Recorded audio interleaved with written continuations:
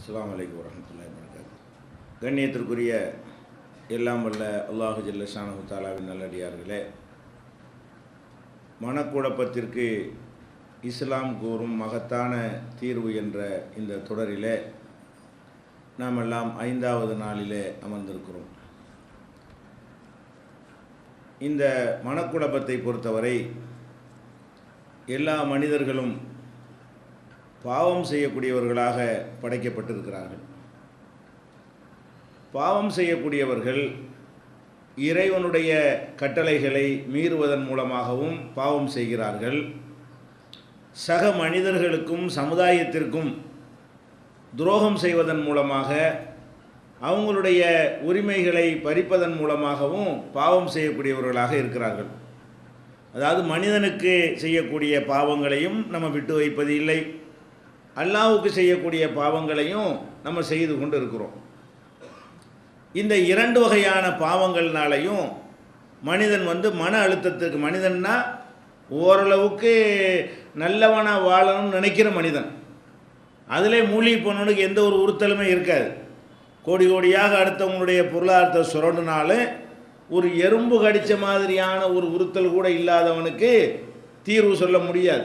இஸ்லாத்தின் தீர்வை சொல்கிறதா இருந்தால் இஸ்லாத்தினுடைய ஒரு அடிப்படையாவது கொஞ்சமாவது உள்ளத்தில் இருக்கணும். அவங்களுக்கு தான் அது தீர்வு பயன் தரும். ஓரளவுக்கு அல்லாஹ்வை நம்பி இபாதத்துகளில் ஈடுபட்டு மறுமையை நம்பி நம்ம நரகத்துக்கு போயிடக்கூடாது என்றெல்லாம் பயப்படக்கூடியவர்கள் அந்த மாதிரி ஒரு சராசரியான ஈமான் உள்ள சகோதரர்களாக இருப்பார்களே, ஆனால் அவங்க செஞ்ச பாவங்கள் அவங்கள உறுத்திக்கிட்டே இருக்கும். அப்போ ரெண்டுக்குமே அந்த மாதிரி உறுத்துவதற்கு, அந்த மாதிரி ஏற்படக்கூடிய மன அழுத்தத்திற்கும் மார்க்கத்தில் தீர்வு இருக்கிறது. முதல்ல மனிதர்கள் விஷயத்தை எடுத்துக்கொண்டோமையானால், நம்ம ஒரு மனிதன்கிட்ட கடன் வாங்குகிறோம், நம்மளை ஒருத்தன் ஏமாத்திரா என்னங்கிறது 2வது தலைப்பு.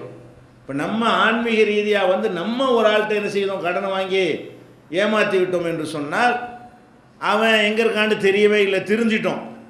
இப்போ நம்மளை அழுத்தி கொண்டே இருக்கும்.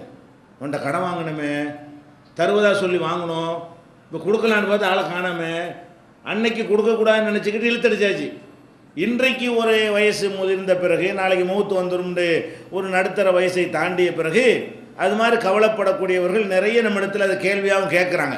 நாங்கள் எப்படி அதை திருப்பி கொடுக்கறது, நான் மோசடி பண்ணிட்டேன், நீ என்கிட்ட நம்பி வச்சுருந்த ஒரு அமானிதத்தை இல்லைன்னு சொல்லிட்டேன், இப்போ எனக்கு அது என்னை உறுத்தி கொண்டே இருக்கிறது, படுத்தவனும் தூக்கம் வர மாட்டேங்குது, நான் நிம்மதியாக இருக்க முடியலை, இந்த நிலையில் நான் மரணித்து விட்டால் என்னுடைய நிலைமை என்ன ஆகும் என்கிற மாதிரி மனிதர்களுக்கு நம்ம துரோகம் செய்து இருந்தால் அது கண்டிப்பாக ஒரு சராசரியான முஸ்லீமுக்கு என்ன செய்யும், அது உறுத்தலையும் ஒரு பயத்தையும் ஏற்படுத்தும், ஒரு அழுத்தத்தை ஏற்படுத்தும், குழப்பத்தை ஏற்படுத்தும். ஒரு இந்த இளமையில் ஏற்படுத்தாவிட்டால் கூட ஒரு நடுத்தர வயசை கடக்கும் பொழுது ஏற்படுத்தும். ஒரு இளமை முடுக்கோடு இருக்கும் பொழுது நம்ம சில விஷயங்களை புரியாமல் இருந்தால் கூட ஒரு நமக்கு புள்ளக்குட்டி நம்ம ஒரு கட்டத்தை வயசை தாண்டிய பிறகு இது மாதிரி நம்ம செய்த துரோகங்கள் பாதிக்கும். அதே மாதிரி நம்ம பக்கத்து வீட்டுக்காரன் இருப்பான், அவனுடைய ஒரு ஜான் இடத்த தள்ளி நம்ம செவத்தை போட்டுறது. நம்ம இடம் இங்கே இருக்கும் பொழுது அங்கே பக்கத்து வீட்டுக்காரன் கவனிப்பார்ட்டு இருந்தான்னு வைங்க, அவனுடைய ஒரு ஜான் இடத்த நம்ம பக்கம் சேர்த்துக்கிட்டு என்னுடையது தான் என்று அடுத்த வருஷத்தை என்ன செய்வோம், அபகரித்தவர்கள் இருப்போம். அப்போ இது அவரை உறுத்திக்கிட்டே இருக்கும், செஞ்சிருவான், என்ன செஞ்சிட்டோமே, ஆனால் விடவும் முடியாது, கட்டிவிட்டோமே, கோடிக்கணக்கான ரூபாய் போட்டுவிட்டோமே, இப்போ செவத்தை எப்படி நவட்டி வைக்கிறது, அதே நேரத்தில் நவட்டாமல் இருந்தால் பாவமாயிருமே, அல்லாட்ட மாட்டிக்கிறோமே என்று இப்படியா அப்படியான்னு குழம்பக்கூடிய ஒரு நிலைமையெல்லாம் மனிதன் என்ன செய்கிறான், கண்டிப்பாக சந்திக்கிறான். அதே மாதிரி பெற்ற தாய் தந்தையரை கவனிக்கிறது அல்லாஹ்வுக்கு அடுத்தபடியாக அவங்கள கவனிக்க சொல்லி தான் அல்லாஹ் என்ன செய்கிறான், அல்லாஹ்வுக்கு இணை கற்பிக்காத பெற்றோரை பேணு. இப்படி தான் குர்ஆனில் என்ன இருக்கிறது, லா துஷ்ரிக் பில்லா, அல்லாஹ் இணை கற்பித்து விடாத, ஒபில் வாலிதைனி இஹ்சானா, பெற்றோரை நல்ல முறையில் கவனித்துக்கொள். இப்படி அல்லாஹ் நம்ம கட்டளை எடுக்கிறான். அவங்கள சீன்னு கூட சொல்லக்கூடாது, அவங்க மனவர்த்த மார்க்கத்துக்கு விரோதமான விஷயத்தை சொன்னால் கூட அதில் கட்டுப்படக்கூடாதே தவிர அவங்களுக்கு செய்கிற உதவி உபகாரங்களில் குறை வைத்து விடக்கூடாது என்று அல்லாஹ் நம்ம கட்டளை எடுக்கிறான். அப்போ எத்தனையோ பேர் என்ன செய்கிறாங்க, பெற்றோர்களை முதியவர்களாக இருக்கும் பொழுது கவனிப்பது கிடையாது. அந்த நிலையிலே தகப்பனார் இறந்துருவார். உயிரோடு இருந்தால் இப்போ திருந்தி ஏதாவது அதுக்கு ஒரு பரிகாரம் கண்டுடலாம். ஆனால் தகப்பனாரை கவனிக்காத ஒரு நிலையிலேயே தகப்பனார் என்ன செஞ்சிருவார், இறந்துருவார். சோறு கூட போட மாட்டான், மருத்துவம் கூட செய்ய மாட்டான். இவனுக்கு ஒரு முதுமை வரும் பொழுது நம்ம பிள்ளை நம்மளை கொண்டு தெருவில் போட்டுருவானோ என்று வரும் பொழுது தான் அவன் செஞ்ச அந்த பாவம் என்ன செய்யவனை உறுத்து. எப்போ செஞ்சது, 20 வருஷத்துக்கு பிறகு இவன் செஞ்சது இப்போ வந்து மனசில் இவனுக்கு வீட்டில் மரியாதை குறையும் பொழுது, இவன் பிள்ளைகள் வந்து இவனை வந்து அலட்சியமாக நடத்தும் பொழுது, ஆகா நம்ம பெரிய தப்புல பண்ணியிருக்கிறோம், அதைத்தான் இன்றைக்கி அனுபவிக்கிறோம், அல்லாட்ட மாட்டிக்கிறோமே என்ற மாதிரியான ஒரு பயம் வரும் பொழுது அது ஒரு அழுத்தம், மன அழுத்தம் கண்டிப்பாக ஏற்படும். ஒரு சராசரி ஈமான் உள்ளவர்களாக இருந்தால் என்ன செய்யும், மன அழுத்தம் ஏற்படும். இப்படிப்பட்டவர்களும் சமூகத்தில் இருக்கிறோம். நடுத்தர வயசை கடைந்தவர்கள் வந்து தாய் தந்தையரை மனைவி சொல்ல கேட்டுக்கொண்டு தாய் தந்தையரை வீட்டை விட்டு விரட்டுவது, தனி கொடுத்தனம் போகிறோம்னு சொல்லிட்டு அவங்கள கவனிப்பாரற்று யாரும் இல்லைன்ற நிலையில் விட்டு இவர்களுடைய சுகத்துக்காக வேண்டி என்ன செய்கிறது, வெளியேறி விடுவது, இதையெல்லாம் செய்யக்கூடியவர்களுக்கு அந்த நேரத்தில் அது சரியாகப்பட்டாலும் ஒரு நேரம் மாதிரி எப்பவும் இருக்காது. ஒரு நேரம் வரும் பொழுது அவங்களுக்கு அது அவங்க மனசை என்ன செய்யும், அதை தைக்கும், அது ஆள் மனசில் பதிஞ்சு இருக்கும்.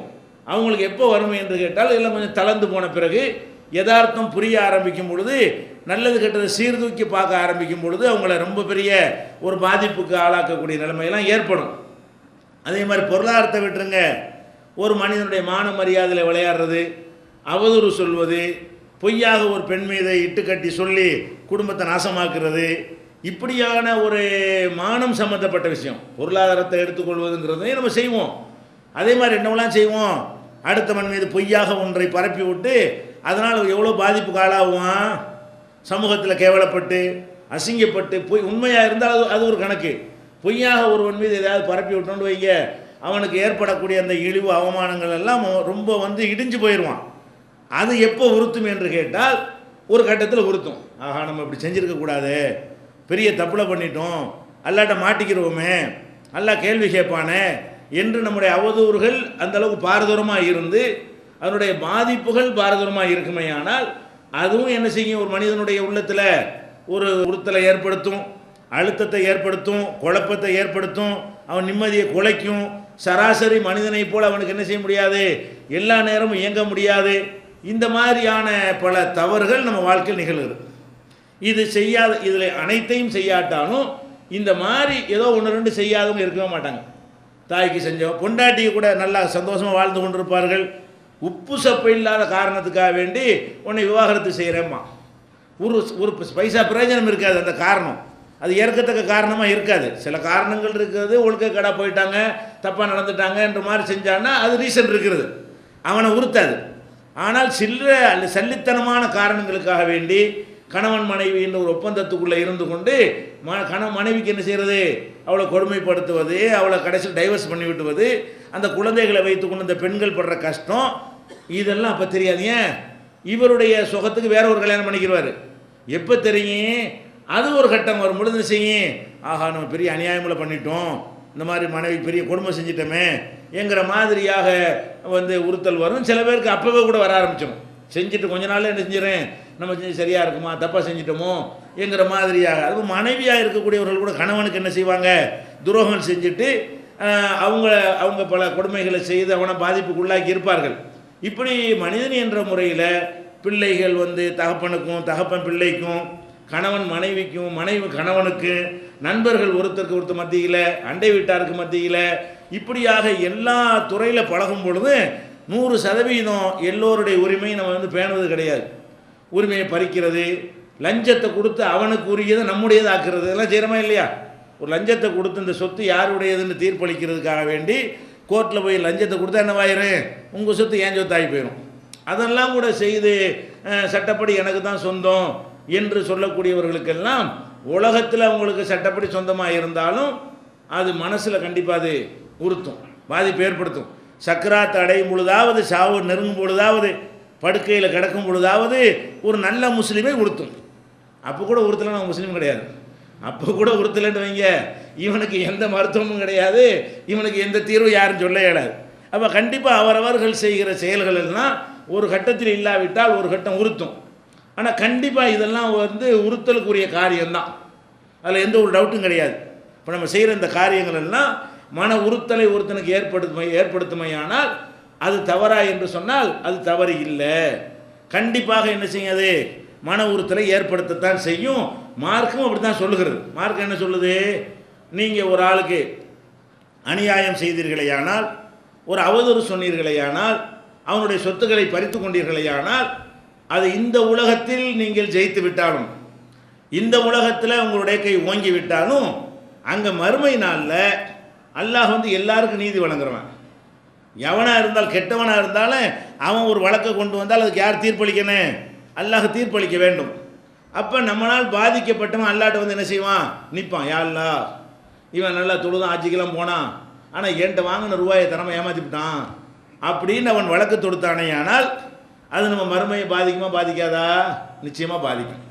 நான் சமூகத்தில் கண்ணியமானவனாக இருந்தேன், என் மேலே அவதூறு சொல்லி என்னை கேவலப்படுத்தி என்னை நாசமாக்கிட்டான் அப்படிங்கிற அவன் சொல்லுவானே ஆனால், அது உண்மையாக இருக்குமே ஆனால், அப்போ அதுக்கு அல்லாஹுடைய சன்னிதானத்தில் நமக்கு பெரிய பாதிப்பு நிச்சயமாக ஏற்படும்.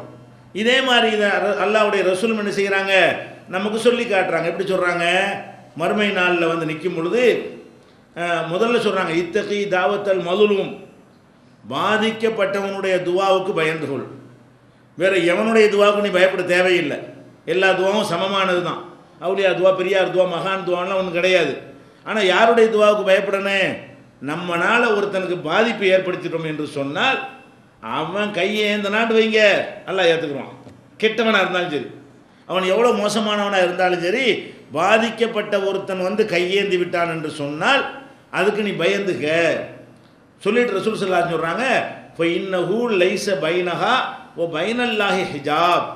அந்த துவாவுக்கும் அல்லாஹ்வுக்கும் இடையில் எந்த திரையும் இல்லை, நேர போயிடும்.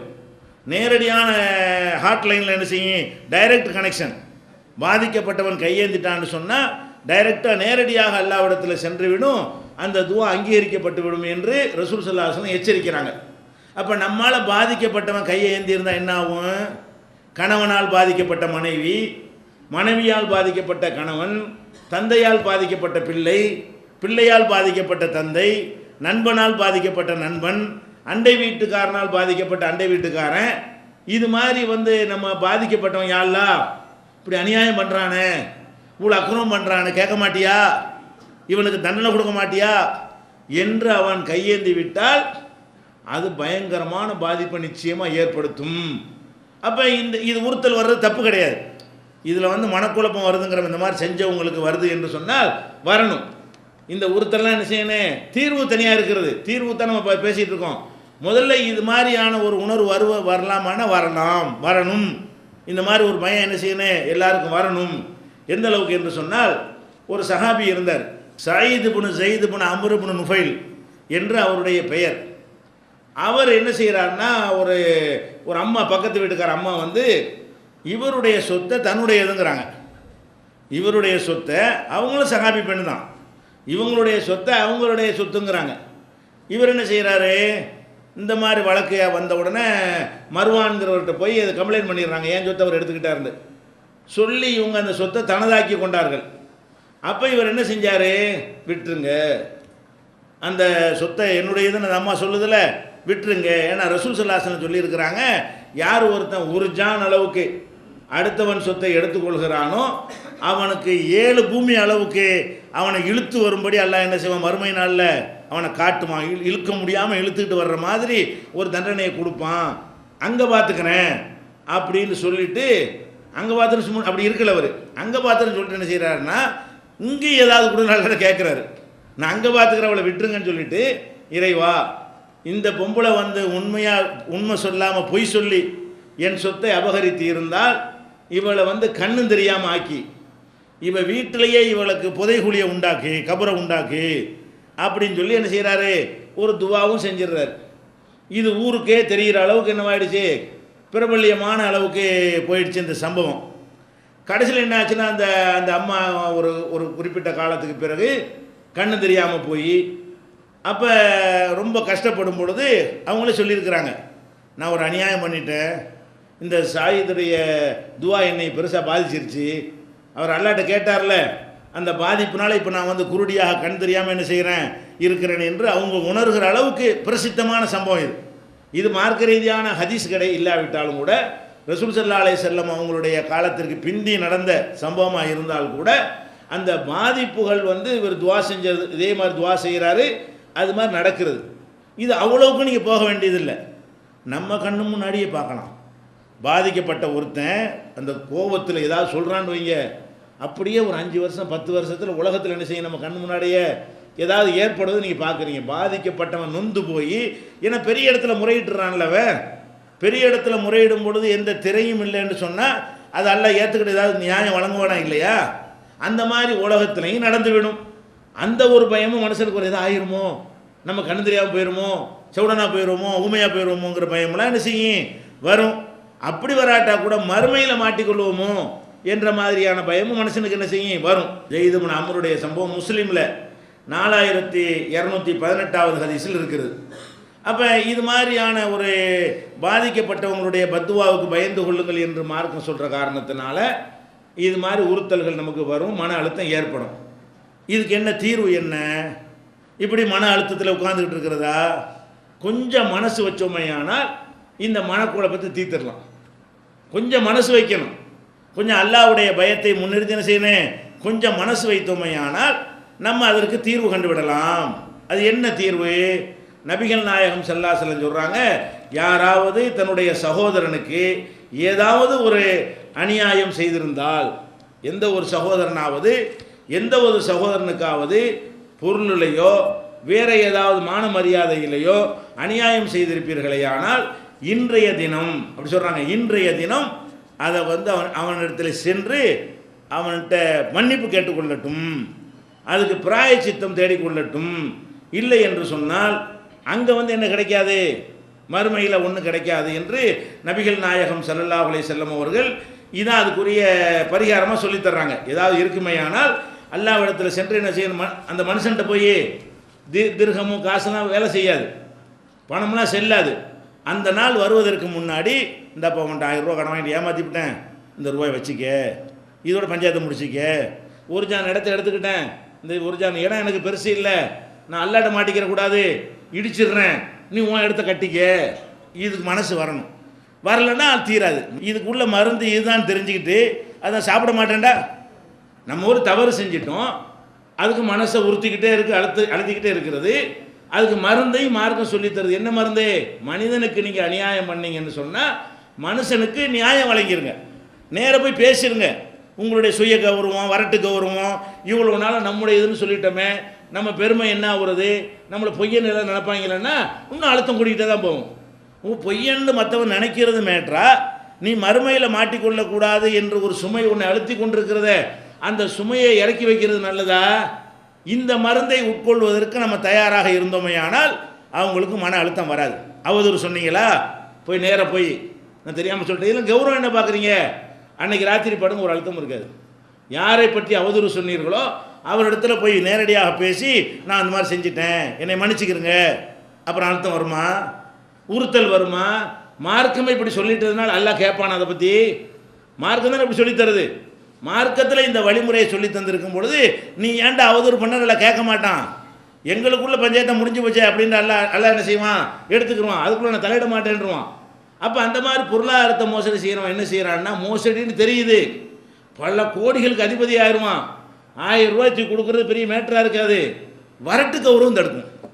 அன்னைக்கு 1000 ரூபா சுருட்டும் பொழுது பெரிய தொகையாக இருந்திருக்கலாம், இன்னைக்கு இவன் கொடுக்கும் பொழுது சின்ன அற்பமான தொகையாக இருக்கலாம். என்ன நினைக்கிறான், நம்ம போய் அவன்கிட்ட பணிகிறதா, அவன்கிட்ட இறங்கி போகிறதா, நம்ம குற்றவாளின்னு காட்டிக்கிறதா, அவனை நல்லவன் ஆக்குறதா, அவன்கிட்ட போய் மன்னிப்பு கேட்டு நம்மளை தாழ்த்தி கொள்வதா என்று நினைத்தோமையானால் நம்ம செஞ்சது தாழ்ந்த செயலை தானே செஞ்சுருக்கிறோம். தாழ்த்தி கொள்வதாண்டா, தாழ்ந்த செயலை செஞ்சவன் அந்த இடத்துல தாழ்த்தி தானே ஆகணும். நம்ம பெரிய பாரதூரமான உயர்ந்த ஒரு சாதனையை ஒன்று செஞ்சிடலையே. அப்போ இதை வந்து நம்ம கடைப்பிடிச்சோமையானால், அவதூறு சொன்னாலும் சரி, பொருளாதாரமாக இருந்தாலும் சரி, மோசடியாக இருந்தாலும் சரி, எந்த மாதிரியான குற்றங்கள் நம்ம செஞ்சு இருந்தாலும், மனிதர்களுடைய உரிமைகளை பறித்திருந்தாலும், அது மனசை உறுத்தாமல் இருப்பதற்கு என்ன வழி? இப்போவே இந்த நிமிஷத்திலே நீங்கள் தீர்மானம் பண்ணி நம்ம யாருக்கெல்லாம் என்னென்ன செஞ்சுருக்கிறோம், எதெல்லாம் நம்மளை அழுத்தி கொண்டிருக்கிறது நினைத்து பார்த்து இன்றைக்கு, அப்படி ரசூல் அல் யௌமங்கிறாங்க, ஹல்லல் யௌம, இன்றைக்கே நீ போய் என்ன செஞ்சிரு, அவனிடத்துல ஹலாலை ஒன்று கொடுக்க முடிஞ்சா கொடு, வாங்கின கடனை கொடுக்க முடியலையா, மோசடியை கொடுக்க முடியலையா, இந்தப்போ வசதி இல்லை, நான் மோசடி பண்ணிட்டேன், அல்லாஹ்க்கா என்னை மன்னிச்சுக்கேன்னு கேளு. இங்கே கேட்டால் முடிஞ்சு டாபிக் ஓவர். ஒன்றே அந்த மோசடி பணத்தை கொடுக்க முடிஞ்சா கொடு. அது கொடுக்குற வசதியில் அன்றைக்கி மோசடி பண்ணி தின்றுவிட்டோம். இன்றைக்கி நம்மள்ட்ட அந்த அளவுக்கு திருப்பி கொடுக்குறோட கெப்பாசிட்டி இல்லையா? அதுக்காக வேண்டி தேடிக்கிட்டு கொடுப்போன்னு இருக்காது. தேடுற வரைக்கும் நீ இருக்கிற என்ன உத்தரவாதம் இருக்கிறது? இன்னும் 10 வருஷம் கழித்து நான் சம்பாரித்து கொடுத்துருவோம் என்றால் 10 வருஷத்துக்கு நம்ம இருப்போமா? இன்றைக்கே போயிட்டோம்னா அவன் கேஸ் கொடுத்துருவான மறுமையில், அவன் எழுந்து நிற்பானே.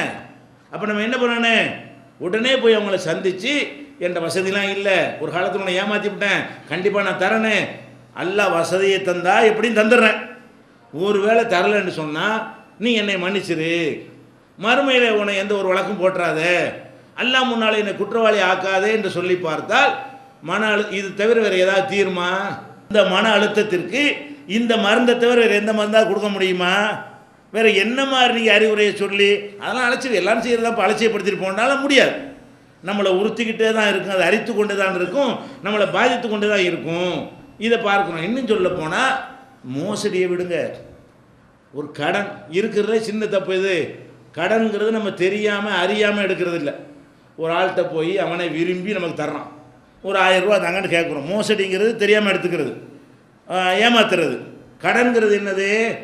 அவன்கிட்ட போய் நம்மளாக கேட்குறோம், அவனாக விரும்பி நமக்கு தர்றான், ஒரு மாதத்தில் தர்றோன்னு சொல்கிறோம், பிறகு முடியாமல் போயிடுது.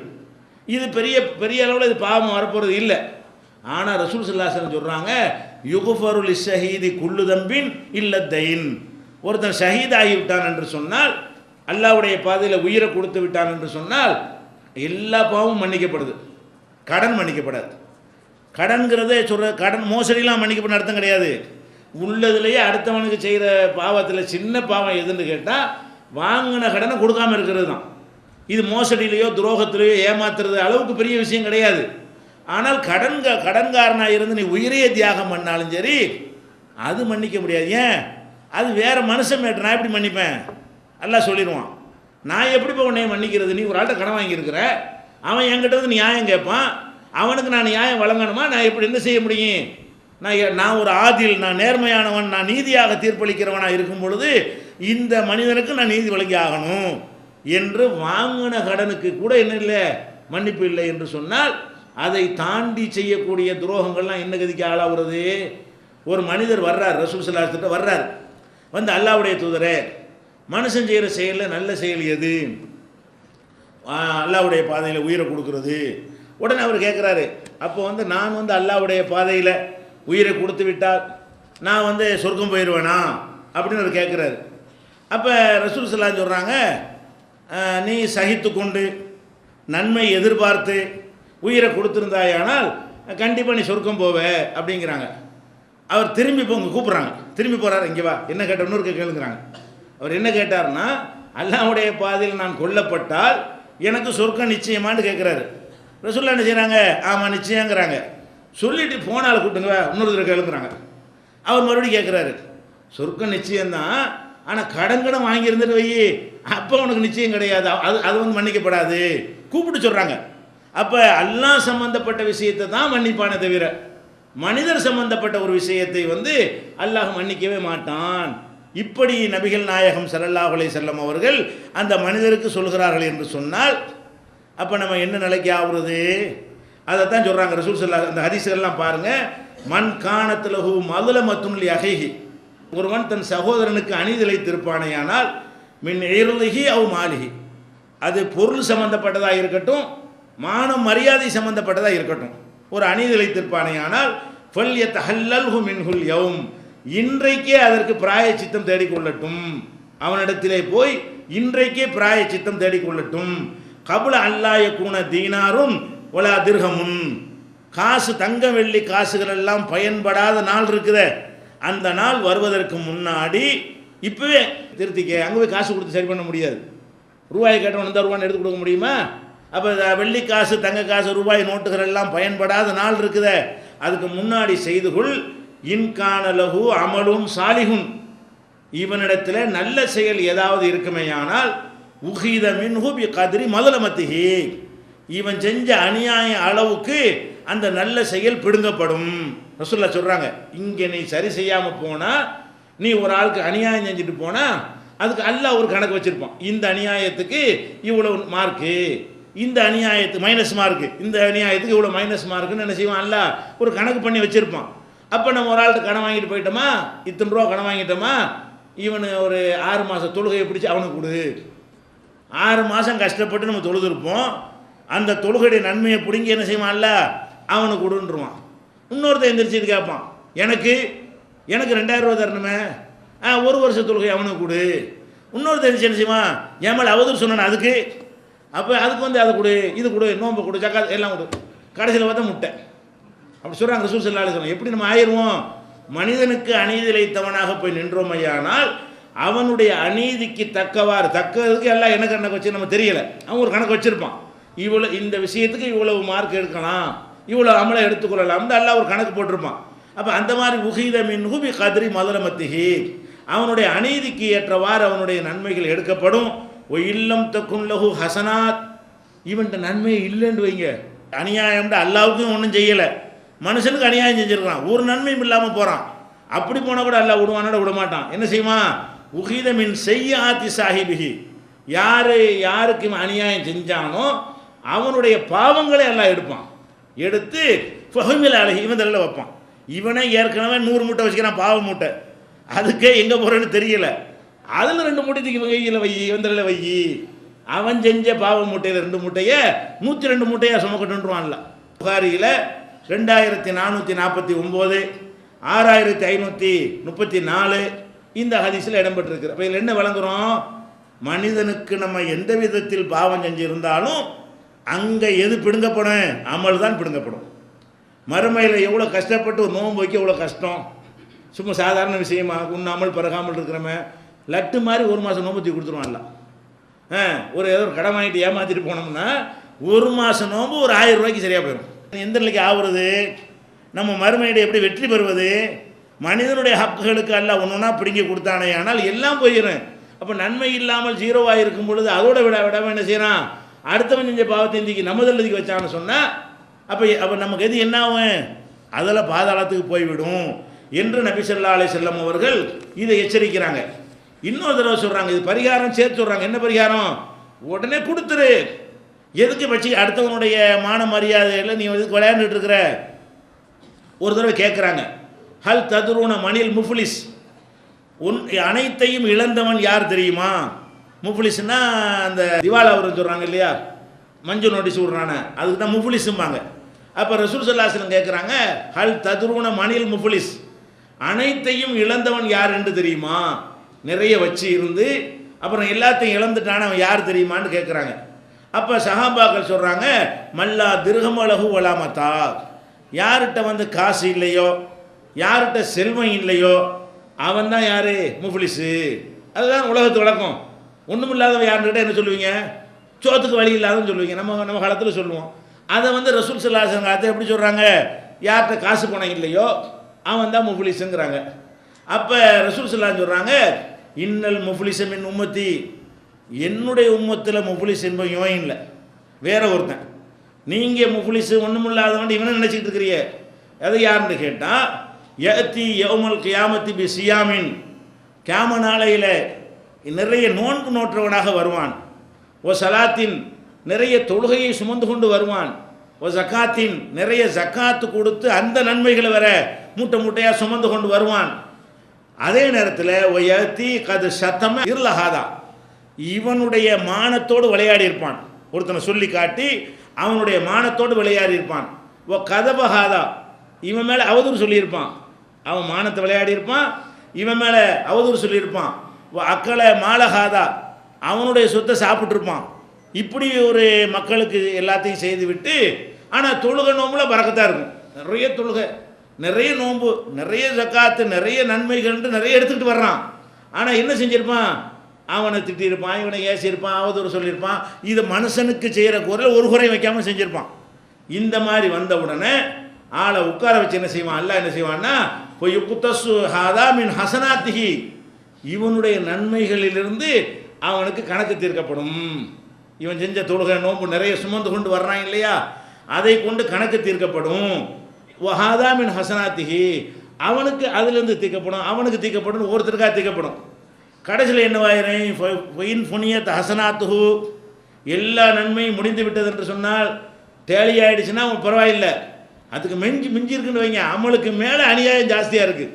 இவன் செஞ்சிருக்கிற அமல்களை விட இவன் செஞ்சிருக்கிற மனிதர்களுக்கு செஞ்ச அநியாயம் ஜாஸ்தியாக இருக்குமே. ஆனால் அவனுடைய தவறத்துக்கு இவன் மேலே வைத்து பிறகு நரகத்தில் தள்ளிவிடுவான். இது முஸ்லீம் நூலில் 6744வது ஹதீஸில் இடம்பெற்றிருக்கிறது. அப்போ இந்த மாதிரியான ஒரு பாரதூரமான விளைவுகள் வரக்கூடாது என்று சொன்னால், இந்த மாதிரி ஒரு விஷயம் நம்முடைய மனசை உறுத்தும் என்று சொன்னால் நம்ம என்ன செய்யணும்? மனுஷனுக்கு எந்த அநியாயம் செய்யாது. அதானே உங்களை உறுத்துது. எதுக்கு ஒரு மனிதன் இன்னொரு மனிதனுக்கு அநியாயம் செய்யணும்? நம்மளுக்கு மேலே ஒரு பெரிய கோர்ட் இருக்கா இல்லையா? மனுஷன் கோர்ட்டுக்கு பயந்துக்கிட்டு எவ்வளோ போய் நடக்கிறீங்க? நாட்டில் ஏதாவது சட்டம் போட்டான்னு சொன்னால் அரண்டுக்கிட்டு 3 நாள் ஜெயிலில் போடுறது பயந்துக்கிட்டு நம்ம என்ன செய்கிறோம்? அந்த சட்டத்தை ஒபே பண்ணி அதை கட்டுப்பட்டு நம்ம நடந்து கொண்டிருக்கிறோம். அப்போ பெரிய ஒரு ஜட்ஜி ஒருத்தர் இருக்கிறான், அவன் பார்த்துக்கிட்டு இருக்கிறான், அவன் நுணுக்கமாக அனைத்தையும் கவனிக்கிறவனாக இருக்கிறான். அங்கே எல்லாருக்கும் முழுமையான நீதி கிடைக்கக்கூடிய ஒரு நாளை அவன் உண்டாக்கி வைத்திருக்கிறான். அந்த ஒரு நாளில் ஒரு அதிபதி நம்மளை பார்த்து கொண்டிருக்கிறான் என்ற அச்சம் இருக்குமேயானால் நம்ம என்ன செய்ய மாட்டோம்? இந்த மாதிரியான ஒரு காரியத்தை செய்ய மாட்டோம். இன்னும் சொல்ல போனால், இன்ன ரிஜாலன் யஹூலுன ஃபீ மாலில்லாஹி பிகைரி ஹக்கின், ஒரு உரிமையும் இல்லாமல் மக்கள் பணத்தை சாப்பிடக்கூடியவர்கள் இருக்கிறார்கள். ஃபலஹுமுன்னார் யௌமுல் கியாமா, கியாம நாளில் உங்களுக்கு நரகம் தான். ரிசல்ட் இப்படி தான் வரும். எல்லாத்தையும் கணக்கு பார்த்தீங்கன்னு சொன்னால், நம்ம அமல் கூட அடுத்தவனுக்கு போய் அடுத்தவன் பாவம்னா நமக்கு வந்து என்னவாகும்? நரகம் தானே கிடைக்கும். இது புகாரியில் 3118வது ஹதீஸில் இடம்பெற்றிருக்கிறது. அப்போ இதில் நம்ம ஒரு முடிவுக்கு வர வேண்டும். இந்த புனிதமிக்க ரமலானுடைய மாதத்தில் நம்ம ஒரு லிஸ்ட்டு போட்டு யாருக்கெல்லாம் நம்ம அநீதி இழைத்திருக்கிறோம், யாருக்கெல்லாம் அவதூறு சொல்லியிருக்கிறோம், யார் மீதெல்லாம் வீண் பலி சுமத்திருக்கிறோம், யாருடைய பொருளாதாரத்தை சாப்பிட்ருக்குறோம், யார்கிட்ட கடன் வாங்கி ஏமாற்றிருக்கிறோம், எல்லாத்தையும் ஒரு கணக்கெடுத்து ஒரு மனுஷத்தையும் ஒரு பாவம் இல்லாதவர்களாக நம்ம போனால் அங்கேயும் நிம்மதி. அதுக்கு பிறகு நீங்கள் பாருங்கள், அந்த உலகத்தில் உங்களுக்கு நிம்மதியாக இருக்கும். மனசு அப்படி லேசாயிரும். மனசே என்னவாயிரும்? அப்படி லேச எல்லா சுமையும் இறக்கி வைத்த மாதிரி ஒரு முழு மனநிறைவு கிடைக்கக்கூடியது ஆகிவிடும். அதுபோக கூடுதலாக என்ன ஏற்படும் என்று சொன்னால், நம்முடைய துவாக்கள் எல்லாம் அங்கீகரிக்கப்படுவதற்குரிய தகுதி அதிகரித்து விடும். எவ்வளோ விஷயங்கள் அல்லாஹ்விடத்தில் நம்ம கேட்குறோம், பல விஷயங்கள் நிறைவேறதில்லை. ஏன்? அதுக்கு ஒரு தகுதி அல்லாஹ் வச்சிருக்கிறான். என்ன தகுதி? அடுத்தவன் சொத்தை திங்கக்கூடாதுங்கிற தகுதி. முக்கியமான தகுதி என்னது? பிறருடைய பொருளை, ஹராமான பொருளை நம்ம சாப்பிட்டோமையானால், பிறருடைய பொருளை நம்ம சுருட்டி கொண்டோமையானால் நம்முடைய பிரார்த்தனைகள் அங்கீகரிக்கப்படுவதற்கும் அது தடையாக நிற்கும். நபிகள் நாயகம் ஸல்லல்லாஹு அலைஹி வஸல்லம் சொல்கிறாங்க, ஒரு மனிதன் நீண்ட பயணத்தை மேற்கொள்கிறான், தலையெல்லாம் புழுதி படித்து விடுகிறது. அந்த நேரத்தில் வந்து துவாக்கள்லாம் ஏற்றுக்கிறப்படும். பிரயாணத்தில் ஒருத்தன் செய்கிற துவாவுக்கு என்ன இருக்குது? வெயிட்டு கூட. உள்ளூரில் வந்து துவா யாரும் செஞ்சிடலாம், ஏன்னா அவனுக்கு அது மாதிரியான அவனுக்கு கெடுக்கக்கூடிய அம்சங்கள் குறைவாக இருக்கும். வெளியூருக்கு போயிட்டீங்கன்னு சொன்னால் நம்மளை கெடுக்கிற அம்சம் நிறைய இருக்கும். ஏன்? நம்மளை யாருக்கும் தெரியாது, என்ன தப்பு செஞ்சாலும் யாரும் நடக்கிற மாட்டான். அந்த ஒரு தைரியத்தில் என்ன செய்வான்? எல்லா தப்பும் செய்வான். சொந்த ஊரில் தப்பு செய்யறதுக்கு பயப்படுவான். ஏன்? பாப்பா பார்த்துருவார், அம்மா பார்த்துருவாங்க, அண்ணன் பார்த்துருவான், தம்பி பார்த்துருவான், அவன் பார்த்துருவான், இவன் பார்த்துருவான் அப்படின்னு சொல்லிட்டு யாராவது பார்த்துருவானேங்கிற பயம் இருக்கும் பொழுது லோக்கலில் அவனவன் ஊரில் வந்து தவறு குறைவாக செய்வான்.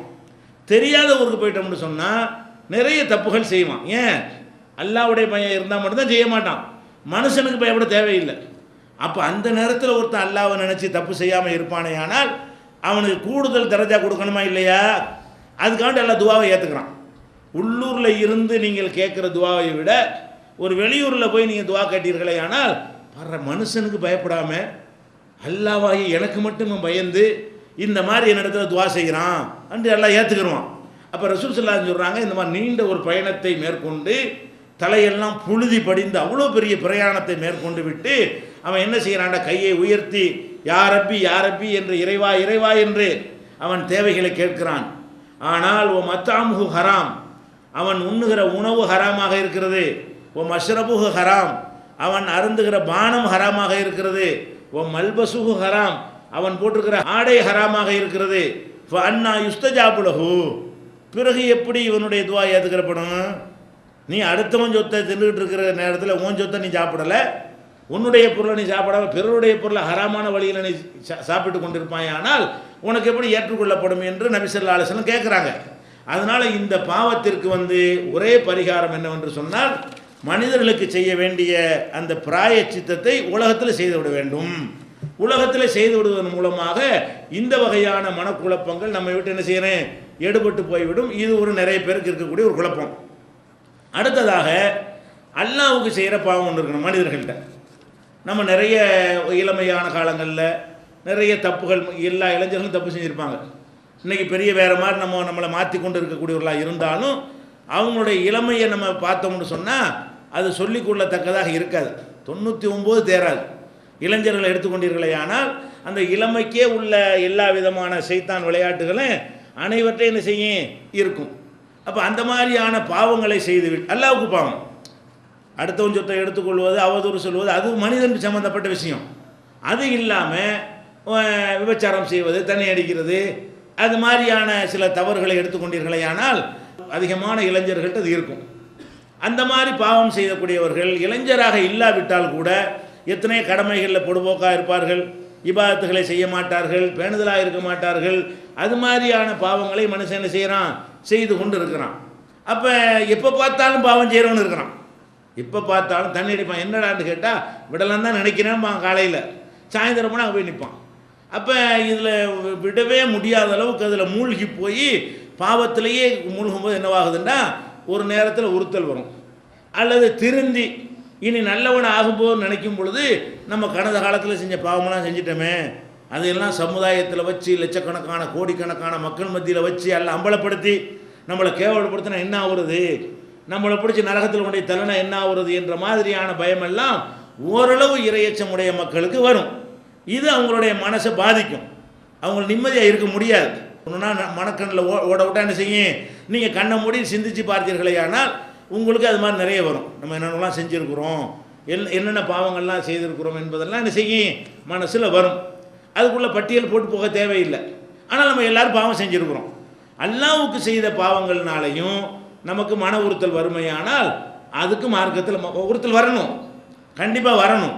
ஆனால் மன அழுத்தமாக ஆகாமல் இருப்பதற்கு என்ன பரிகாரம் என்று சொன்னால் அதுக்கு மார்க்கத்தில் பரிகாரம் இருக்கிறது. என்ன பரிகாரம்? ஃபஸ்ட்டு நம்ம விளங்கி கொள்ளணும், மனிதனால் பாவம் செய்யலாம் படைக்கப்பட்டிருக்கிறான். பாவம் செய்யாதவனாக மனிதன் படைக்கப்படவே இல்லை. ஒரே ஒரு ஆளை கொண்டாந்து காட்டி இவர் ஒரு பாவமும் செய்யலை சொல்ல முடியுமா? ஒரு ஆளை சொல்லவே முடியாது.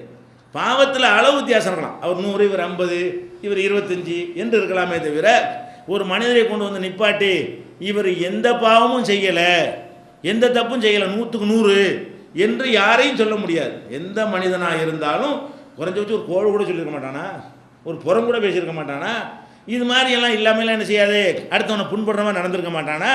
இப்படியாக பல விஷயங்கள் என்ன செய்வான், மனிதன் வந்து பாவம் செய்யக்கூடியவனாகத்தான் படைக்கப்பட்டு இருக்கிறான். ஆனால் அல்லாஹ் நம்மகிட்ட என்ன எதிர்பார்க்குறான்னு கேட்டால் பாவமே செய்யாத ஒரு இனத்தை படைக்கணும்னு அல்லாஹ் விரும்பவே இல்லை. என்னை வணங்கி கொண்டே இருக்கணும், எப்போ பார்த்தாலும் இபாதத்தில் மூழ்கி கொண்டே இருக்கணும், அப்படி ஒரு படைப்பை படைக்கணும்னு நினச்சிருந்தான்னா அதுதான் மலக்கு ஏற்கனவே இருந்தாங்களே, மூளையும் படைக்கணுங்கிறேன். நம்மளை படைக்கிறதுக்கு முன்னாடி மலக்குகள் என்ன பண்ணிகிட்டு இருந்தாங்க, அல்லாஹ் தான் வணங்கிட்டே இருந்தாங்க. எப்போ ருக்குன்னா ருக்கு தான், சஜிதான்னா சஜிதா தான், எந்திரிங்கிற வரைக்கும் சஜிதா. அப்போ அல்லாஹ் சொன்ன விஷயத்தை அப்படியே செய்வாங்க. ஏன் எதுக்குன்னு கேட்க மாட்டாங்க. 100க்கு 100 கட்டுப்படுறதுங்கிறமே அதை செய்யக்கூடிய ஒரு படைப்பு ஏற்கனவே இருந்ததா இல்லையா? இருந்தது. அவர்களை மிஞ்சி இபாதத்து செய்கிறதுக்காக நம்மளை படைத்தான். மலக்குகளை மிஞ்சி இபாதத்து செய்ய முடியுமா? முடியாது. அப்போ மலக்குகள் வந்து எல்லா விதமான இபாதத்துகளையும் 100க்கு 100 செய்து கொண்டு இருக்கும் பொழுது ஒரு கட்டளையை கூட என்ன செய்ய மாட்டாங்க, அவங்க அல்லாஹ்வுடைய கட்டளையை மீற மாட்டார்கள் என்று இருக்கும் பொழுது நம்மளை வந்து அல்லாஹ் படைக்கிறான். படைக்கும்போது அவங்களுக்கு அதான் கொஸ்டின் ஆகுது, எதுக்கு படைக்கிறோம், நாங்கள் உன்னை வணங்கிக்கிட்டே இருக்கிறோம், எப்போ பார்த்தாலும் துதிச்சிக்கிட்டே இருக்கிறோம், இப்படி ஒரு படைப்பு படைச்சிங்கன்னா இவங்க ஒன்றோடக்கணும் பண்ணுவாங்களே என்று மலக்கள் என்ன பண்ணுறாங்க, அவங்களே அல்லாஹ்விடத்தில் ஒரு கேள்வி கேட்கக்கூடிய அளவுக்கு மனித படைப்புடைய விஷயம் ஆரம்பிக்குது. ஆனால் என்ன செய்யறான், அல்லாஹ் நம்மளை படைக்கிறான். படைச்சு ஆரம்பமே என்ன, நம்ம வெளியேற்றின இதனால நம்ம வாப்பாவை ஆதம் அலைஹிஸ்ஸலாத்தை வெளியேற்றின எதுக்காக வேண்டி, தப்பு செஞ்சதுக்கு தானே. ஒரே ஒரு கட்டளை, எல்லாத்தையும் தின்னு, இந்த மரத்தை மட்டும் நெருங்காது. ஒரு குறிப்பிட்ட மரத்தை காட்டி லா தக்ரபா ஹாதிஹி ஷஜரா, இதை தானே அல்லாஹ் சொன்னான். வேறு ஒரு ஆர்டரும் கிடையாது. தொழுகை, நோம்பு, ஜக்காத்து, ஹஜ்ஜு ஒரு உத்தரவும் போடப்படலை. என்ன உத்தரவு? திங்கிறதுக்கு தான் உத்தரவு. உத்தரவே என்ன, இங்கே உட்காந்து என்னத்தை வேணாலும் சாப்பிடு, இந்த ஒன்றும் சாப்பிடாது. இதை கேட்டார் அவர். அப்போ இப்படி தான் நம்ம இருக்கிறோம். இதுதான் கடத்தப்படுகிறது. என்ன செய்கிறது, அவரிடமிருந்து நம்ம எல்லாருக்கும் கடத்தப்படுற விஷயம் என்னது, இதுதான். அதனால் ஆதமுடைய மக்கள் எல்லாம் தவறு செய்யக்கூடியவர்கள் என்று நபிகள் நாயகம் ஸல்லல்லாஹு அலைஹி வஸல்லம் சொன்னார்கள். அப்போ நம்ம பாவம் செய்யக்கூடியவர்களாகத்தான் படைக்கப்பட்டு இருக்கிறோம் என்பதை நீங்கள் என்ன செய்யணும், முதல்ல ஆழமாக பதிந்து கொள்ள வேண்டும். கண்டிப்பாக மனிதன் பாவம் செய்கிறவன் தான். இன்னும் சொல்ல போனால் ரசூல் ஸல்லல்லாஹு அலைஹி வஸல்லம் சொல்கிறாங்க, அல்லாஹ் சொல்வதாக, நீங்கள் பாவமே செய்யலை என்று சொன்னால் நான் என்ன செய்வேன்னு கேட்டால் வேறு ஒரு கூட்டத்தை நான் படைப்பேன். அந்த கூட்டத்தினர்கள் பாவமும் செய்வார்கள், பிறகு மன்னிப்பும் கேட்பார்கள். அந்த மாதிரி பாவம் செய்துவிட்டு மன்னிப்பு கேட்கக்கூடிய ஒரு கூட்டத்தை என்ன செய்வேன், படைப்பேன். என்னுடைய உயிர் எவன் கைவசத்தில் இருக்கிறதோ அந்த அல்லாஹ்வின் மீது சத்தியமிட்டு சொல்கிறேன், லவ்லம் துதுனிபு, நீங்கள் ஒருத்தரும் ஒரு பாவமும் செய்யாவிட்டால் லதஹபல்லாஹு பிக்கும், உங்களே அல்லாஹ் அழித்து விடுவான். அழித்து விட்டு ஒல ஜாபி கௌமின் யுதுனிபூன, பாவம் செய்துவிட்டு போய் எஸ்தஃபிருன் அல்லாஹ், அல்லாஹ்விடத்தில் மன்னிப்பும் கேட்பார்களே, அப்படி ஒரு வேறுபட படைச்சிருவான். உங்களை படைச்சதுக்கே நோக்கம் என்னன்னு கேட்டால் அந்த ஆசைன்னு ஒன்று சேர்த்து வச்சிருக்கிறானே அது அதனுடைய வேலையை செய்யும். செஞ்சுட்டு நீங்கள் அறிவுன்னு ஒன்று வச்சுருக்கிறானே அது அதனுடைய வேலையை செய்யணும். எல்லாம் தெரியாமல் செஞ்சுட்டனே, பாவம் நம்மளை அறியாமல் நடந்து நடந்த பிறகு நீங்கள் என்ன செய்யணும்னு கேட்டால், நான் இறைவா என்னை மன்னிச்சு, நான் தெரியாமல் செஞ்சுட்டேன், இனிமேல் இப்படி செய்ய மாட்டேன் என்ற அடிப்படையில் தான் நம்மளை படைச்சிருக்கானே தவிர ஒரு பாவமும் செய்யவே முடியாத வகையில் நம்மளை மலக்காக என்ன செய்யலை, அல்லாஹ் படைக்கலை என்று இதிலிருந்து விளங்குகிறது. அதே மாதிரி நபி ஸல்லல்லாஹு அலைஹி வஸல்லம் சொல்கிறாங்க, இன்னப்தன் அசாப தன்பன், ஒரு அடியான் ஒரு பாவத்தை செய்துவிட்டு பொகால ரப்பி அதனப்து பஃபிர்லி, இறைவா பாவம் செய்ய மன்னிச்சிருங்கிறான். ஒரு அடியான் பாவத்தை செஞ்சுட்டு மன்னிச்சிருந்தோன்னே பொகால ரப்புஹு, அப்போ அல்லாஹ் சொல்கிறான், ஹலிமா அப்தி அன்னலஹு ரப்பன், என்னுடைய அடியான் இது விளங்கி வைத்திருக்கிறான், சரியாக தான் புரிஞ்சு வச்சிருக்கிறானா, அவனுக்கு ஒரு இறைவன் இருக்கிறான், அந்த இறைவன் பாவத்தை மன்னிப்பான், மன்னிப்பு கேட்காவிட்டால் தண்டிப்பான் என்று என்னுடைய அடியான் விளங்கி வைத்திருக்கிறானா, அப்போ நான் மன்னிச்சிடுறேன். இந்த மன்னிப்புன்றவனுக்கு என்ன வருதுன்னு கேட்டால் அது ஈமானுக்கு ஒரு அடையாளமாகுது. பாவம் செஞ்சதை விட எதுக்கு அடையாளமாகுது, பாவம் நீ மட்டும் போயிட வேண்டியதானே. யாரெல்லாம் செஞ்சிட்டேன்னு சொன்னால் என்ன அர்த்தம், எனக்கு மேலே ஒருத்தன் இருக்கிறான்னு அர்த்தம், அவன் பார்த்துக்கிட்டு இருக்கிறான்னு அர்த்தம், மன்னிக்கலைன்னா பிடிச்சி உதப்பான்னு அர்த்தம், அதை தாங்க மாட்டோங்கிற அர்த்தம். இவ்வளவும் அதில் அடங்கியிருக்கா இல்லையா? நம்ம பாவம் செஞ்சதை பார்க்குறோம், ரப்பு என்னத்தை பார்க்குறான், மன்னிப்பு கேட்குறத பார்க்குறோம். பாவம் செய்ததை நம்ம பார்க்குறோம் என்றால் அல்லாஹ் என்னத்தை பார்க்குறான், என்னுடைய அடியான் இது கூட கரெக்டாக வழங்கி வச்சிருக்கிறானே, தனக்கு ஒரு இறைவன் இருப்பதாகவும் அவன் அனைத்தையும் கண்காணிப்பதாகவும் அவன் மன்னிக்கிற அளவுக்கு கருணை உள்ளவன் என்றும் மன்னிப்பு கேட்காட்டி தண்டிக்கிற அளவுக்கு கோபமானவன் என்று வழங்கி வைத்திருக்கிறானே, அதனால் நான் மன்னித்து விட்டேன் என்று அல்லாஹ் சொல்லிடுவானா. அதுக்கப்புறம் சும்மா மக்கள் மாஷா அல்லாஹ், கொஞ்ச நாளைக்கு இப்படி வண்டி ஓடும், மனுஷன் தானே மறுபடியும் தப்பு செய்வான். சும்மா சாபத் அன்பன், ஒரு பாவம் மன்னிப்புலாம் கேட்டுவிட்டு அப்புறம் மலக்காயிருவானா, மலக்காக மாட்டான், அப்போ அப்படித்தான் இருப்பான். கொஞ்ச நாள், ஒரு வாரம், 10 நாள், ஒரு மாதம் ஓடுமா, மறுபடியும் என்னத்தையா செய்வான். சரி யாரெல்லாம் நான் தெரியாமல் செஞ்சுட்டேனே, நீ மன்னிச்சிருவேன் என்று என்ன செய்வான், அவன் கேட்பான். அப்போ அதை அல்லாஹ் இதே மாதிரி சொல்லுவான், ஓ ஒரு இறைவன் இருக்கிறான்னு விளங்கி வச்சிருக்கிறானா, அவன் மன்னிப்பான்னு விளங்கி வச்சிருக்கிறானா, மன்னிக்கலான தண்டிப்பான்னு விளங்கி வச்சிருக்கிறானா அப்படின்னு சொல்லிட்டு போட மன்னிச்சிட்டேன் அப்படின்றவானா ரெண்டாவது தடவையும். அதுக்கப்புறம் அவன் வண்டி கொஞ்ச நாள் போட சும்மா மக்கதை மாஷா அல்லாஹ் நாடுகிற காலம் வரைக்கும் இப்படி என்ன செய்யும், வண்டி ஓடும், மறுபடியும் தப்பு செய்வான். இப்படியே நடக்கும்னு செய்கிறாங்க. ரசூல் ஸல்லல்லாஹு அலைஹி வஸல்லம் சொல்லி காட்டுறாங்க. இது புகாரியில் 7507வது ஹதீஸில் இருக்கிறது. அப்போ நம்ம பாவம் செய்கிறோம் என்று சொன்னால் அதுக்கு பரிகாரம், பாவம் செய்யாதாலும் யாரும் கிடையாது, வேணும்னு பிளான் பண்ணி செய்யாதீங்க, ஆனால் நம்மளை மீறி செய்வோம். பிளான் பண்ணி செய்யணும்னு திட்டம் போட்டு செய்ய தேவையில்லை. ஆனால் நம்ம எவ்வளவு கண்ட்ரோலாக இருக்க நினைத்தாலும் ஒரு நேரம் இல்லாவிட்டால் ஒரு நேரம் நம்ம என்ன செய்வோம், சில தவறுகளை சில பாவங்களை செய்யத்தான் செய்வோம். செஞ்சால் என்ன செய்யணும், உடனே சுதாரித்து கொண்டு, யா அல்லாஹ் என்னை கட்டுப்படுத்த முடியாமல் நடந்து விட்டது, என்னை மன்னிச்சிரு, இனிமேல் நான் அதை செய்யவே மாட்டேன், நான் திருந்திக் கொள்கிறேன், மறுமையில் என்னை பிடிச்சிடாதே என்று அழுது அவனுடைய மரியாதையை, அவனுடைய கண்ணியத்தை, எப்படி ஆதம் அலைஹிஸ்ஸலாம் கேட்டாங்களோ, என்ன கேட்டாங்க, தப்பு செஞ்சு வெளியேற்றணுன்னே ரப்பனா லலம்னா அம்புசனா, இறைவா எங்களுக்கு நாங்கள் அநீதி இழைத்து விட்டோம், இல்லம் தகஃபிர்லனா ஓ தரகம்னா, நீ எங்களை மன்னித்து அருள் புரியவில்லை என்று சொன்னால் லனகூனன்ன மினல் காசிரீன், நாங்கள் தான் நஷ்டவாளி ஆயிரும், உனக்கு ஒன்றும் கிடையாது, உன்னை விட்டு நாங்கள் யார்கிட்ட போவோம், நீ மன்னிக்கிறனா எங்களுக்கு தான் நஷ்டம் என்று ஆதம் அலைஹிஸ்ஸலாம் எந்த உணர்வோடு கேட்டார்களோ அந்த உணர்வோடு நம்ம கேட்டோமையானால் கண்டிப்பாக என்ன செய்வான், அல்லாஹ் மன்னிச்சிருவான். அப்போ எவ்வளோ பெரிய பாவம் செய்தவர்கள் உள்ள இருந்தாலும் அதுக்கு உள்ள பரிகாரம் என்ன? உறுத்தல் வேண்டியது உறுத்தல் வரலாம்.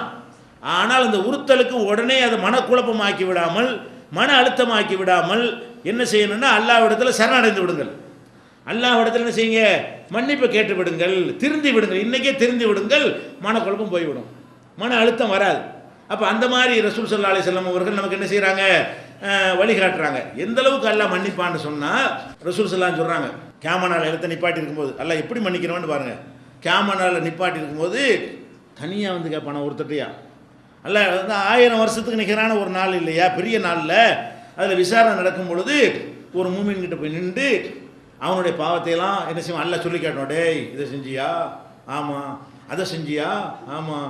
அதை செஞ்சு அப்படி தயாரிப்பு தன்பக்கதா ஆமாம். கெதி கலங்கிடுவானா, என்னடா இது பட்டியல் ஒன்று ஒன்றா எல்லாம் கேட்குறானே, என்ன தீர்ப்பு சொல்லுவானோ தெரியலையே அப்படின்னு சொல்லி இவன் ஒரு பாவத்தை செஞ்சு உலகத்தில் யாருக்குமே தெரியாமல் இருக்குமே அந்த மாதிரி பாவங்களே எல்லாம் எடுத்து விடுவான். உலகத்துக்கு தெரிஞ்ச பாவம் தான் லிஸ்ட் ஆகி போயிருமே, உலகத்தில் ஒருத்தருக்கும் தெரியாமல் அவனுக்கு மட்டும்தான் தெரியும். அந்த பாவங்களையா சொன்ன உடனே ஆஹா நுணுக்கி எல்லாம் கேட்குறானே, நம்ம கெதி என்ன ஆகுமோன்னு நினைக்குவானா. அப்புறம் என்ன செய்வான்? அல்ல என்ன செய்வான்னு கேட்டால், எல்லாம் நான் செய்யத்தான் செஞ்சேன்ன உடனே, உலகத்தில் இருக்கும்போது நான் மறைச்சிட்டேன், நீ மன்னிப்பு கேட்டுட்டேன், நான் நினைச்சிட்டேன் உனக்கும் எனக்கும் உள்ளதை ஆக்கிக்கிட்டேன், இப்போ மறைச்சின கொடுறா, இப்போ என்ன செஞ்சிட்டாத மன்னிக்கிறது மட்டும் இல்லை, உன்னை மறைச்சிட்டேன், யார் மத்தியிலும் சொல்ல மாட்டேன், நீ பாவமே செய்யலை, ஓடு சொர்க்கத்துக்கு என்று அல்லாஹ் அனுப்பிவிடுவான். அப்படி கருணை காட்டுறவனாக இருக்கிறான். மன்னிப்பு மட்டும் கேட்டோம் என்று சொன்னால் அதை அம்பலப்படுத்தி நம்ம மன்னிச்சா கூட இப்படி தான் மன்னிப்பான். மனசு எப்படி செய்வான்? ஒரு தப்பு செஞ்சுட்டு மன்னிக்கிறதா இருந்தால் கூப்பிட்டு வச்சுக்கிட்டு மக்கள் மத்தியில் விசாரணை நடத்தி அவன் நல்லா கேவலப்படுத்திட்டு போடா மன்னிச்சிட்டோமா. அல்லாஹ் எப்படி மன்னிக்கிறான்? ஒருத்தருக்கும் தெரியாமல் கூப்பிட்டு, அது தெரியுமா ரகசியமாக கேட்பானா. இதுக்கு பேர் நஜ்வான்னு பேர். நஜ்வா ஹதீஸ். நஜ்வாண்டா என்னது? ரகசிய உரையாடல். ரப்புக்கும் மனுஷனுக்கும் மத்தியில் ஒரே ஒரு ரகசிய உரையாடல் தான் இருக்கிறது. இந்த ரகசிய உரையாடலா யாருக்கும் கேட்காம அல்லாஹ் என்ன செய்யணும்? ஒருத்தன்டையா கதிகளுக்கு போகும்போது ஓடா அன்னைக்கே மறைச்சிட்ட மறேன், இப்போ என்ன அம்பலப்படுத்த போகிறேன், இப்படி ரப்பு மன்னிப்பான்னு நீங்கள் நினைத்தீர்களே ஆனால் திருந்துங்க. அதாவது பாவம் செய்ய தூண்டுறதை எடுத்துக்கிற கூடாது. நம்மளை மீறி பாவம் நடந்தால் மன்னிப்பு கேட்க வேண்டும். மன்னிப்பு கேட்பதற்கு தான் இது சொல்கிறோமே தவிர எல்லாம் போய் ஆளாளுக்கு என்ன செய்ய, திருட போங்க, கொலை செய்ய போங்க, கொள்ளடிக்க போங்க அப்படின்னு கிடையாது. நம்ம நல்லவனாக வாழ்வதற்கு தான் முயற்சி பண்ணணும். ஆனால் அப்படி முயற்சி பண்ணாலும் 100% யாரும் ஜெயிக்க மாட்டோம். 1 2ல் ஃபெயிலியர் ஆயிரும், ஒரு 5ல் ஃபெயிலியர் ஆயிரும். ஆனால் ஆயிட்டோன்னு அதில் நீடிக்கலாமா? அதையே மறுபடி தொடரலாமா? உடனே என்ன செய்யணும்? சுதாரித்து கொண்டு மன்னிப்பு கேட்க வேண்டும். இது வந்து புகாரியில் 2441, 6070, 7514 இந்த ஹதீஸ்கள்லாம் இருக்கிறது. இப்படி அல்லாஹ் என்ன செய்கிறான்? மன்னிக்கக்கூடியவனாக இருக்கிறான். அதே மாதிரி வந்து ரசூல் ஸல்லல்லாஹு அலைஹி வஸல்லம் அவங்க சொல்கிறாங்க, ஓ சாரிவு இலா மகஃபிரத்தி மிர் ரப்பிக்கும், நீங்கள் உங்கள் இறைவனுடைய மன்னிப்பை நோக்கி விரைந்து வாருங்கள். அல்லாஹ் நம்மள்கிட்ட எதிர்பார்க்குறது என்னென்னு கேட்டால், பாவம் செய்யாமல் இருக்கிற எதிர்பார்க்கல. நம்ம தானே அப்படி படைச்சிருக்கிறோம், பாவம் செய்யக்கூடியதான மனுஷன் நம்ம தானே படைச்சிருக்கிறோம், செய்யத்தான் செய்வான். அல்லாஹ் என்ன எதிர்பார்க்குறான்னு கேட்டால் மன்னிப்பை நோக்கி விரைந்து வாருங்கள், அவசரப்படுங்கிறான். சாரிவுன்னா என்ன அர்த்தம்? இப்போ நம்ம பாட்டுக்கு 25 வருஷம் பாவம் செஞ்சுட்டு மன்னிப்பு கேட்கக்கூடாது. செஞ்சால் உடனே யாரெல்லாம் இனிமேல் செய்ய மாட்டேன்னு செய்யணும், உடனடியாக மன்னிப்பு கேட்டு விடுங்கள் என்று 3:133 அல்லாஹ் சொல்லி காட்டுகிறான். ஒல்லதீன இதா ஃபாலு ஃபாஹிஷத்தன், ஒரு தவறை ஒருவர் செய்து விடுவார்களேயானால், அவு லலமு அன்புசகும், தங்களுக்கு தாங்களே அநீதிழைத்து விடுவார்களேயானால், தக்கருல்லாக, உடனே அல்லாஹ்வை நினைவு கூர்ந்து ஃபஸ்தக்ஃபருல் ذுனுபிஹிம், தங்களுடைய பாவத்திற்கு அல்லாஹ்விடத்தில் மன்னிப்பு கேட்பார்களேயானால், வமை யக்ஃபிரு ذுனுப இல்லல்லாஹ், அல்லாஹ்வை தவிர யார் மன்னிக்க? நான் தான் மன்னிக்கணும், வா மன்னிச்சிடுறேங்கிறான் அல்லாஹ். நீ லேட் பண்ணக்கூடாது. பாவங்கள் செஞ்சிட்டோம்னு சொன்னால் உடனே என்ன செய்யணும்? இது வரைக்கும் பழைய பாவம் லிஸ்ட் இருந்தால் போட்டு இன்றைக்கி மன்னிப்பு கேட்டுருங்க. இனிமேல் ஏதாவது பாவம் செஞ்சோம்னு சொன்னால் உடனே யாரெல்லாம் தெரியாமல் செஞ்சுட்டேன் அவன்கிட்ட மன்னிப்பு கேட்டு இனி திருந்தி கொள்ள வேண்டும் உறுதிமொழி எடுங்கள். அதுக்கு பிறகு நீங்கள் முடிஞ்ச அளவு கட்டுப்படுத்துங்கள். அதே மீறி நம்ம மறுபடியும் செய்தால் மறுபடியும் கேளுங்கள், எல்லாம் மன்னிக்கிறவனாக இருக்கிறான். ஆனால் மீறி செய்யக்கூடியதாக இருக்கணுமே தவிர தேடி செல்லக்கூடிய நிலைக்கு என்ன செய்யக்கூடாது? ஆளாகிடக்கூடாது. இது 3:135 வசனத்தில் அல்லாஹ் இதை சொல்லி காட்டுகிறான். ஒமையாமல் சூஅன், யார் ஒரு தீமையை செய்கிறானோ, அவ் எதிரியும் நஃப்ஸஹு, தனக்குத்தானே அநீதிழைக்கிறானோ, சும்மா யஸ்தக்ஃபிருல்லா, பிறகு அல்லாஹ்விடத்தில் பாவ மன்னிப்பு தேடுவானே ஆனால், யஜிதுல்லாஹ கஃபூர ரஹீமா, அல்லாஹ்வை மன்னிக்கக்கூடியவனாக கண்டிப்பாக காண்பான்.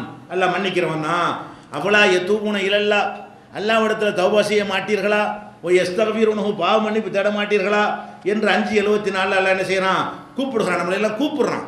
யா இபாதி அல்லது நான் சிறப்பால் அம்புசியும், தங்களுக்கு தாங்களே அநீதிழைத்து விட்டு எனது அடியார்களே, லா தக்னுத்து மின் ரஹ்மத்தில்லா, என்னுடைய அருளை நம்பிக்கை இழந்துடாதீங்க. இன்னல்லாக யக்ஃபிரு துனுப ஜமியா, எல்லா பாவத்தையும் மன்னிக்கிறேன்.